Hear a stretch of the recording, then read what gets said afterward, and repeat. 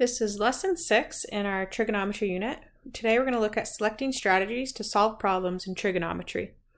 So far we have explored the following ways to help us solve missing side legs and angles in trigonometry. We've looked at Pythagorean theorem, we've looked at SOHCAHTOA, we have looked at the sine law, and we've looked at the cosine law.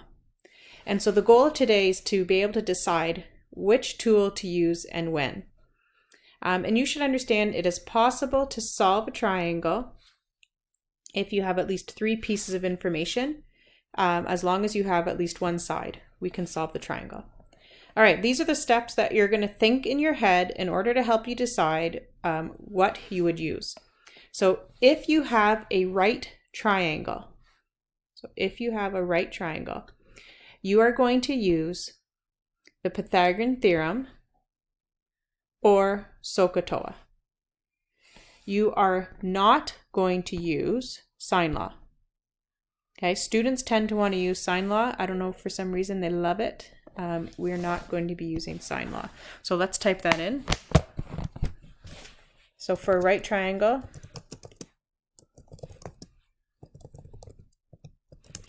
do not use sine law. Okay, write that down next to it so you remember. So if you happen to use sine law, it will work, but I won't give you the mark for it, just for the answer. I want you guys to use Pythagorean theorem or SOHCAHTOA if it's a right triangle. And I realized that I said for, and it says or, so I'll put an F in front. For a right triangle, do not use sine law. Okay, next thing. So if you're given 2 sides and an angle, so this is a non-right triangle, 2 sides and an angle between them, so that is called a contained angle. Contained angle. Now that I've typed once, I want to keep typing because it makes it look so much easier to read than my writing. All right, so that's a contained angle. Put that in red. So what a contained angle is, I think of it like a sandwich. It has the sides on either side and an angle between. That's important. So if that's the case, then you are going to use cosine law for a contained angle. And that helps you find the third side. Okay, the next one says, are you given all 3 sides?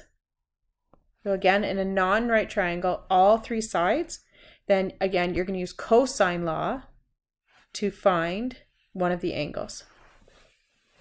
And then anything else that you have is going to be sine law. So let's be clear again. These 3 right here, we are talking about non-right triangles. So let's type that in here, non-right triangles. And above, we're talking about right triangles, okay?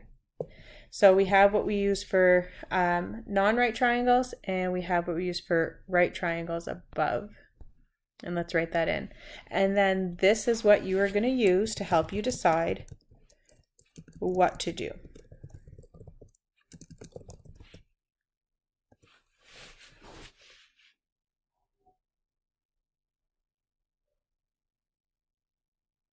I just realized, sorry guys, it took me a second to realize I spelled that wrong. And I spelled the one below wrong too. And I will just fix that quickly. There we go, that looks better. Okay, so let's take a look at what we have. Oh, there's other helpful tips here below. So these are things we already know about. The 3 interior angles of a triangle always add up to 180. That can be helpful. And the longest side in a triangle is always opposite the largest angle. That's something else that can help out. Okay, let's look at our first 2 examples here. What we're going to do is decide what we are going to use to solve this. So let's see what we got. I have a non-right triangle. So if it's a non-right triangle, I'm deciding between sine law and cosine law. So first, we want to rule out cosine law. For cosine law, we're looking for an SAS or an SSS. So we're looking for a sandwiched angle. So what that means is, see how I have this side here? I have this angle. I would need this side here for it to be a sandwiched angle, SAS, and it does not have that.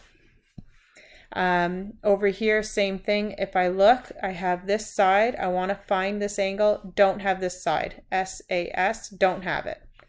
Okay, the other thing for cosine law is if I have all three sides, and clearly I don't have that either. So that rules out cosine law, and that means sine law is the big winner. So we're going to do sine law for this question. So I want you to go ahead and we're going to write sine law next to this.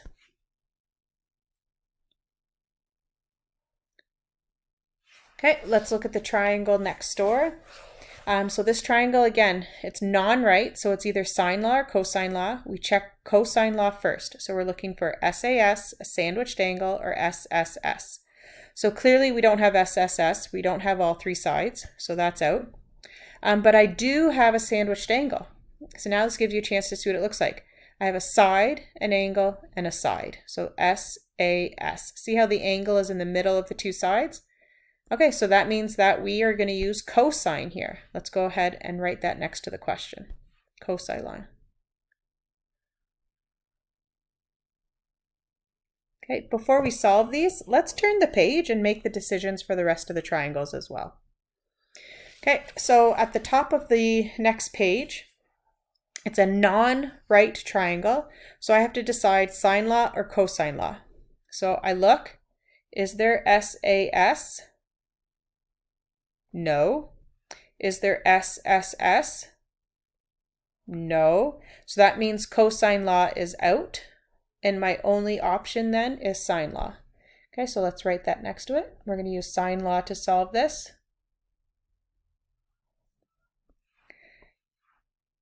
Okay, let's look at the triangle next to. So the triangle next to that is a right triangle. So I'm either going to use Pythagorean theorem or SOHCAHTOA. So the only way I can use Pythagorean theorem is if I have two sides. And I don't. I only have one side, so that's out. So that means I am using SOHCAHTOA to solve this.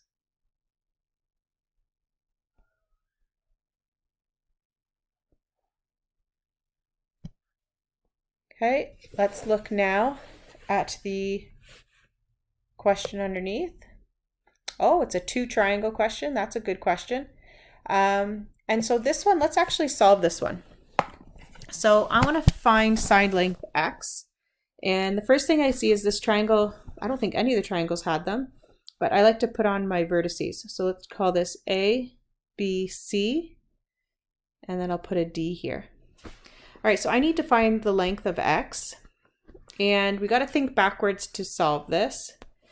And so what I like to look at is, I know that if I had what I have highlighted in red, if I had the length of BC and I had the length of BD, if I subtracted those, that would give me my x. So I know that I can get x if I take BC and I subtract BD. So now it becomes, how do I get BC? And then how do I get BD? So if I get those two steps, in my last step, I can get the x. All right, so I'm gonna look at BC first. BC is in this big triangle.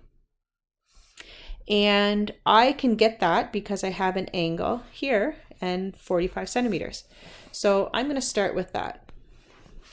And it's a right triangle, so I'm gonna use SOHCAHTOA.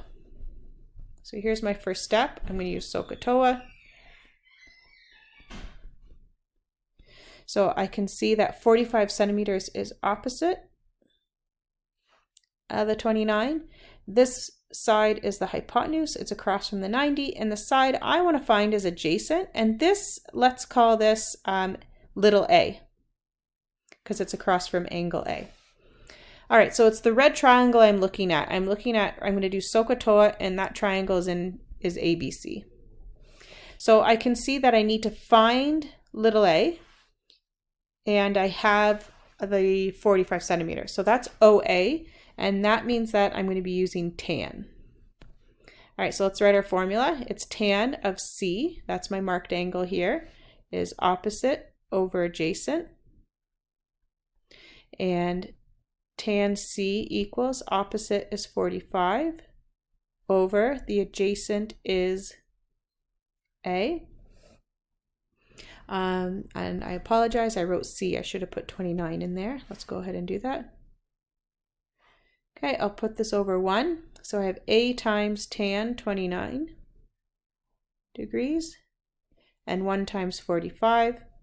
And then I'll just divide both sides by tan 29. And that will give me my A by itself. Okay, so let's go ahead and we'll do 45 divide by tan 29, and I get 81.2 centimeters. All right, so I found BC. That's 81.2 centimeters. And so just to clarify, BC we knew was also little a, which is the 81.2 centimeters. Okay, so I'm on my way.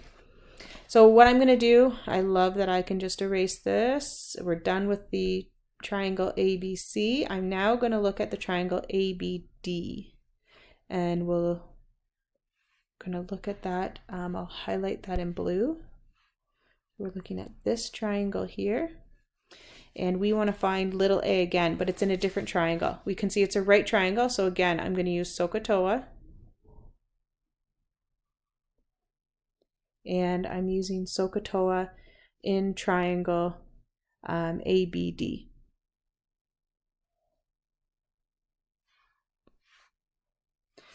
Okay, so for this triangle, let's go ahead and label our sides. So I am using angle 66 as my marked angle, 45 is my opposite, little a is my adjacent, and my hypotenuse is here.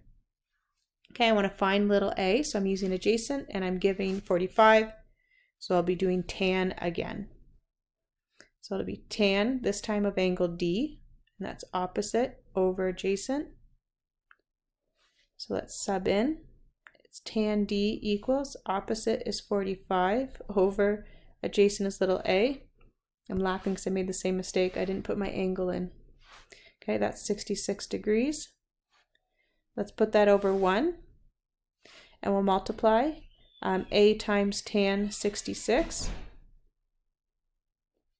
and go the other way, 1 times 45. Okay, let's divide both sides by tan 66.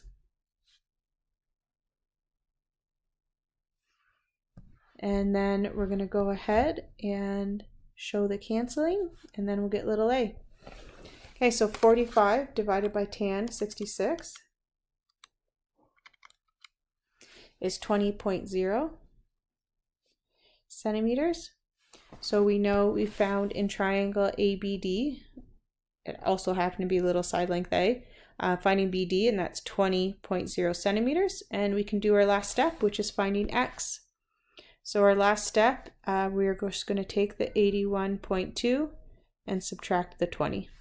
And so X is 61.2 centimeters. All right, and that is our value of X that we wanted to find right here. All right, so what I'm going to do, I'm not going to solve the sine law, the SOHCAHTOA, and on the front page, I'm not going to solve sine law and cosine law with you. In this video, I'll do it in a follow-up video. You guys should try these ones on your own, and then you can watch my other video to see if you did it correctly. And then the questions that you have will let you practice when you should use what. Which trig formula do you use for which situation?